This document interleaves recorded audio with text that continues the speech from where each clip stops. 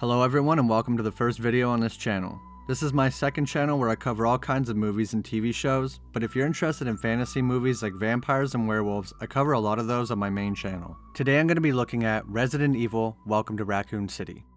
This movie released in 2021, written and directed by Johannes Roberts and had a budget of only $25 million. This film is a reboot set in a new universe separate from the prior universe overseen by writer-director Paul W.S. Anderson. Despite the original 6-movie franchise receiving overall negative critical reception, the series was a financial success, grossing over $1.3 billion total at the box office. It has become the most successful video game film franchise of all time. Welcome to Raccoon City was supposed to be a more faithful adaptation of the games and return to horror elements. However, it is not a direct adaptation, instead a culmination of ideas from the first and second Resident Evil games, also borrowing some elements from newer games. Once the home of pharmaceutical giant Umbrella Corporation, Raccoon City is now a dying town. The movie begins with Chris and Claire Redfield in an orphanage run by Umbrella. While sleeping, a woman wearing a strange mask is spying on Claire. Claire wakes up and sees her in the corner of the room. The woman says, "Friend?" and Claire says, "Hello?" and asks her what she wants. The figure slips away and Claire tells her brother, "She's here again. She was watching me." But Chris doesn't seem to believe her and tells her to go back to sleep before Dr. Birkin finds you in my bed. Claire insists she's seen someone, but Chris says no you didn't. You didn't see anything. He might know that what she's seeing is real, but he might be trying to keep her from getting into more trouble. When Chris falls back asleep, Claire sneaks out to try and find the mysterious girl. Claire finds the girl hiding in a playhouse and asks her name. She gets no response, but the girl sticks her hands out and they are bloody and bound in these wood-like handcuffs. But on her wrist is a band that says her name. Lisa Trevor. Claire asks her if she lives here, and again gets no response. So she asks, "Where do you live?"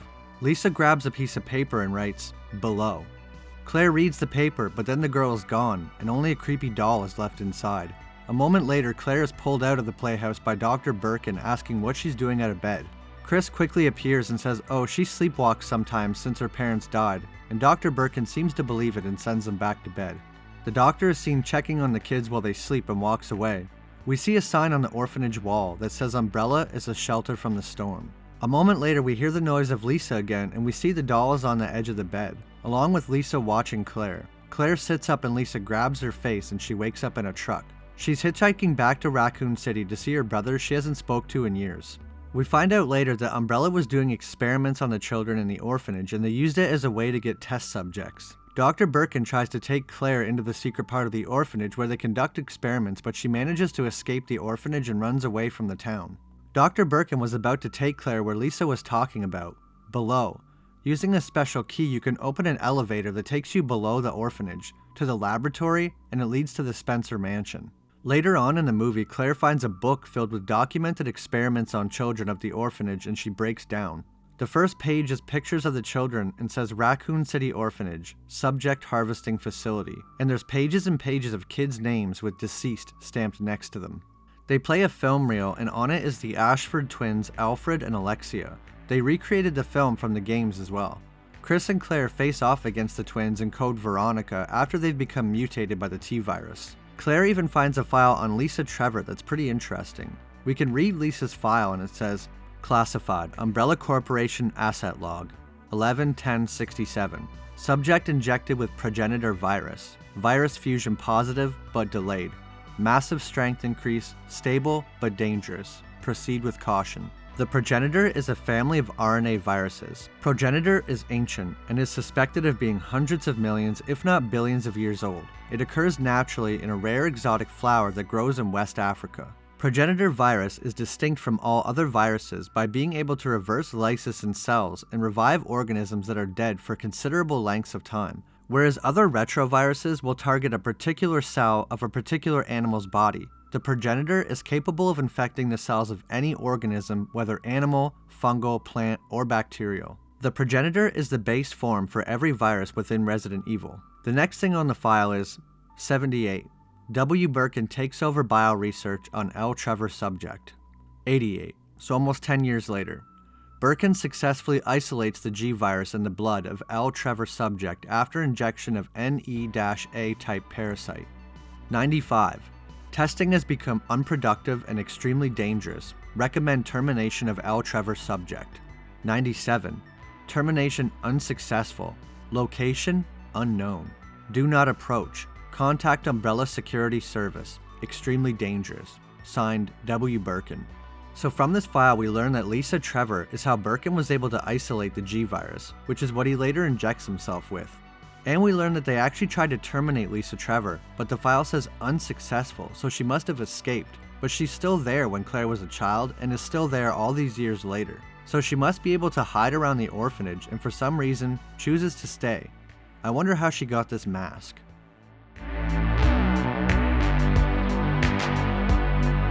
So while Claire is riding with this trucker to get back to Racoon City, he accidentally hits a woman who walks onto the road.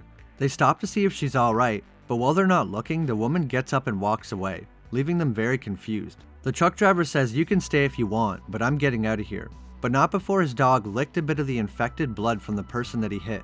They enter Racoon City with the famous welcome sign, and then we get some text on the screen. Racoon City, once the home of Umbrella Corporation, the world's largest pharmaceutical company, is now a ghost town. Umbrella is transitioning to a new location. All that remains is a skeleton crew of the last employees, and those too poor to leave. We are introduced to Leon Kennedy, who is living in a motel. He is referred to as a rookie by all the other cops, and apparently he accidentally shot his partner in the behind while training, and his dad is some kind of big shot on the force and used his pull to save his job, but he got transferred to this dying small town. While the police are sitting in the diner before night shift, one cop says that someone reported a body up at the old Spencer mansion, and it's all chewed up, and they're heading up there to check it out. Claire finally makes it over to her brother's house and waits there for him. He was a little surprised because he hasn't seen her in 5 years, and she was able to break into his house. Claire looks at a picture with Dr. Birkin with distaste, but Chris mentions that after Claire left, Dr. Birkin was good to him, and that William was the closest thing he had to a family. Obviously, he must not have tried to experiment on Chris. Turns out Claire came to see her brother because she has been talking with someone from Racoon City in an online chat room about the weird happenings in the town. But as of recently, he disappeared and she hasn't been able to contact him. His name is Ben, and this is what he says in the video Claire plays for Chris. "It's in the water, Claire. It's in the water. This whole town has been poisoned, slowly over years and years, and people are getting sick." We see when Leon is talking to the waitress at the coffee shop, she starts to bleed from her eye and says it's been happening a lot lately. Ben goes on to say, "See, Umbrella thought they could just pack up shop and let this town rot away while they go off and start fresh. Somewhere else all shiny and new, and they almost did it. But a couple days ago, they had a little incident. And I'm not just talking about waste poisoning the water. No, I'm talking about a real bad leak. Like Chernobyl, if you know what I mean. They've been trying to contain it, but the genie's out of the bottle, and I don't think it's going back in. I'm afraid, Claire. I'm afraid what they're gonna do to this town." So Claire's been talking conspiracies online with this guy, and now he's suddenly stopped responding, so she's looking for him. Chris doesn't believe anything that Ben said, and states he's probably crazy and dangerous. Chris seems confused and overwhelmed that Claire would show up after all this time with this crazy news, and he's understandably angry. He hasn't talked to her in 5 years, and she breaks into his house with a bunch of crazy conspiracy theories. Dr. Birkin gets a phone call that seems to surprise him, and when he answers, he looks terrified. Obviously, Claire's friend was right about some kind of leak, and Birkin tells his wife to get their daughter dressed and meet him in the car. A moment later, the doomsday sirens begin, and a voice sang, "Return to your homes." This is the Umbrella Corporation. For your safety, please stay. Chris has to leave Claire to get to the police station to see what's happening. And not long after he leaves, Claire is attacked by the first zombie. She writes "itchy tasty" on the glass, which is actually a reference to a journal you can find in the first Resident Evil game of a man describing his loss of sanity while the virus takes over. Claire hops on Chris's motorcycle and takes off. When Chris gets to the station, Chief Irons informs him that even he doesn't know what the sirens are for or what's going on.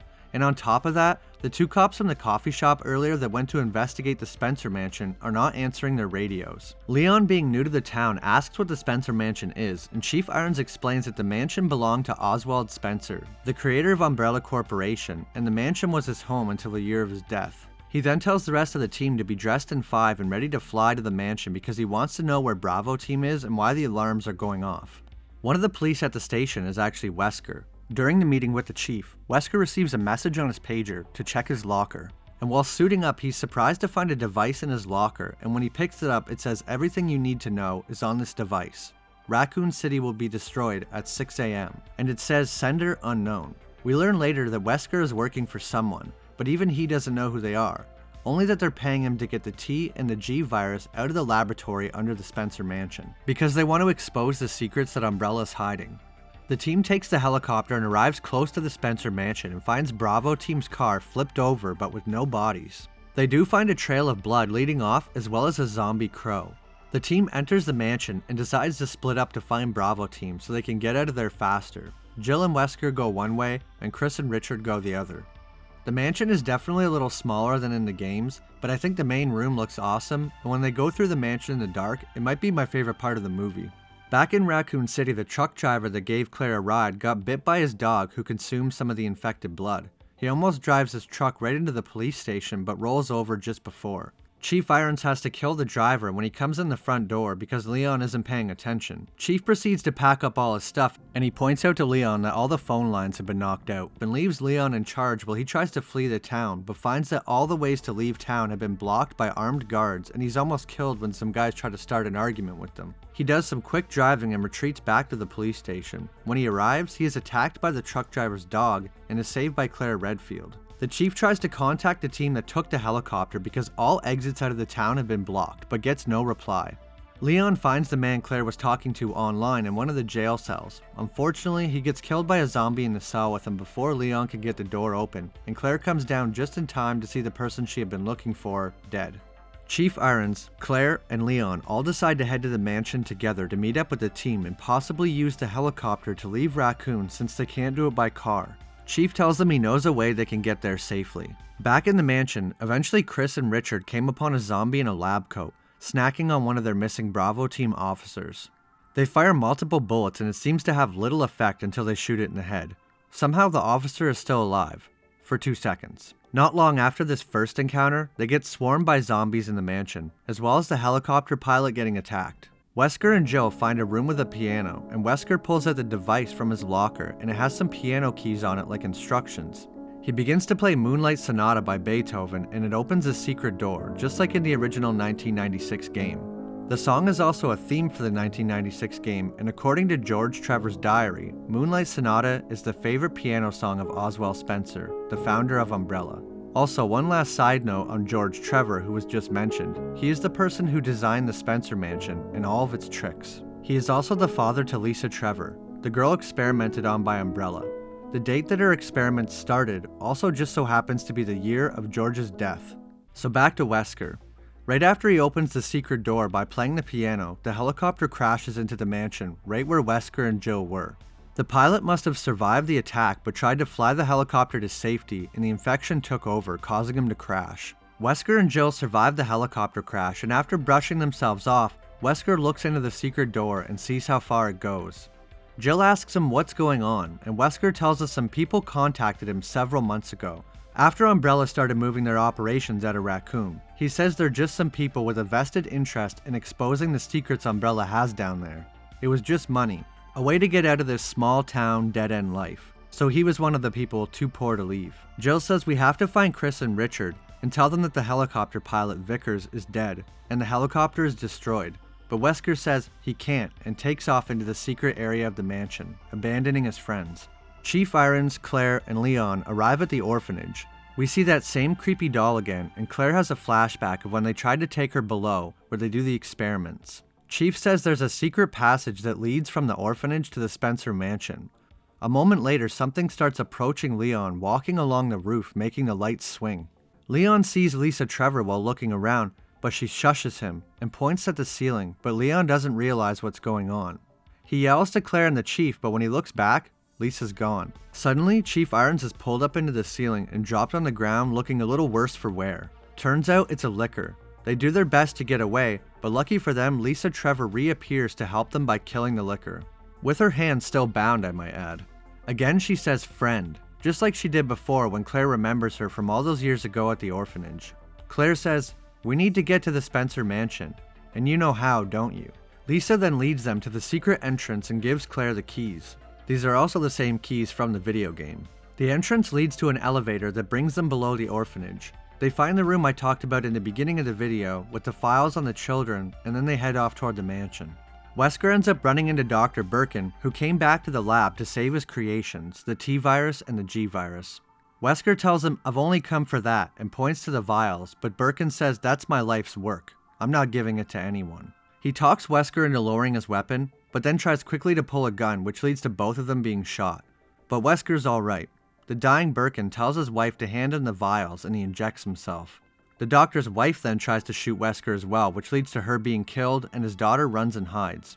Wesker tells the dying Birkin, "Why did you have to make it like this?" implying that Wesker really didn't want to kill anyone. Just as he tries to leave, Dr. Birkin's daughter reappears, pointing a gun at Wesker, but right when it looks like he's going to shoot her, Jill finally shows up with Chris and shoots Wesker. Wesker then apologizes to Chris and Jill for planning to leave them and tells them about a train in the facility that will take them through the mountain to safely avoid the city being destroyed by the self-destruct at 6 o'clock.